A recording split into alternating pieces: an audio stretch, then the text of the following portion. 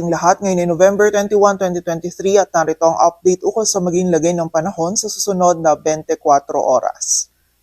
Patuloy pa rin umiiral ang shear line dito sa may silangang bahagi ng Visayas kung saan dala pa rin ito yung maulan na panahon lalong-lalo na yan sa silangang bahagi ng Southern Luzon, maging sa malaking bahagi ng Visayas at ilang bahagi pa ng Mindanao. So pag-iingat pa rin po para sa ating mga kababayan sa posibilidad ng mga pagbaha at pagguho ng lupa. Samantala, ang northeast monsoon o amihan naman ay patuloy pa rin umiiral dito sa bahagi ng Luzon kung saan dala pa rin nito yung malamig na panahon lalong-lalo na yan sa madaling araw at meron pa rin tsansa ng mga may hinang pag-ulan or pag-ambon lalong-lalo na yan dito sa may silangang bahagi ng Northern Luzon. At sa kasalukuyan ay wala tayong namamataan pa na sama ng panahon na maaaring makaapekto dito sa ating bansa.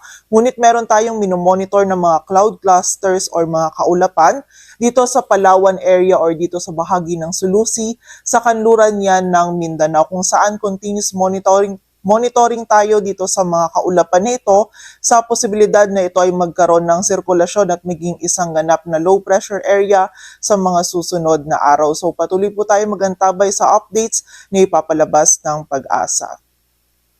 At para nga sa magiging lagay ng panahon ngayong araw ng Martes, maulap na kalangitan at mga kalat-kalat na pagulan pa rin ang mararanasan dito sa bahagi ng Bicol Region maging sa Mimaropa, dulot yan ng shear line. So muli po, pag-iingat pa rin para sa ating mga kababayan sa posibilidad ng mga pagbaha at pagguho ng lupa. Samantala, magiging maulap din yung kalangitan at meron pa rin mga tsansa ng mga may hinang pagulan or pag-ambon dito sa bahagi ng Cagayan Valley at Quezon, dulot naman yan ng amihan. At ito po sa Metro Manila maging sa nalalabing bahagi pa ng Luzon ay patuloy nga magiging bahagyang maulap hanggang maulap yung kalangitan. Malamig na panahon pa rin po yung mararanasan natin lalong-lalo na sa madaling araw at meron pa rin tayong mga posibilidad ng mga may hinang pag-ulan or pag-ambon na dulot pa rin ng amihan. Agwat ng temperatura dito sa Metro Manila ay mula 22 to 32 degrees Celsius.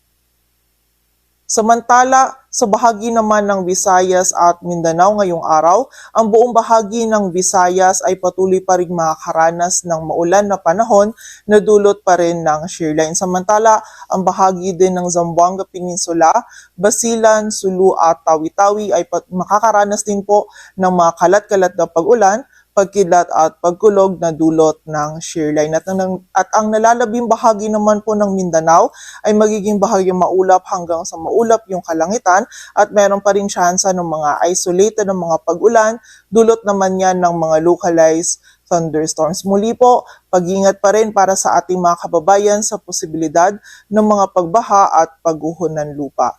Agwat ng temperatura sa Cebu ay mula 25 to 29 degrees Celsius at sa Davao naman ay 25 to 33 degrees Celsius.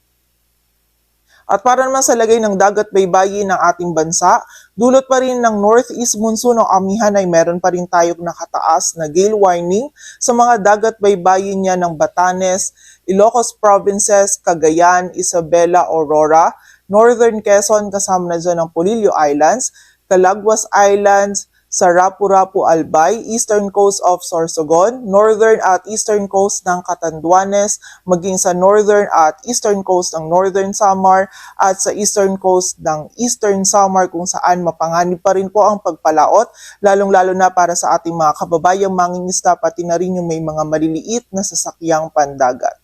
At yan po muna ang latest dito sa Weather Forecasting Center ng Pag-asa. Grace Castañeda, magandang umaga po.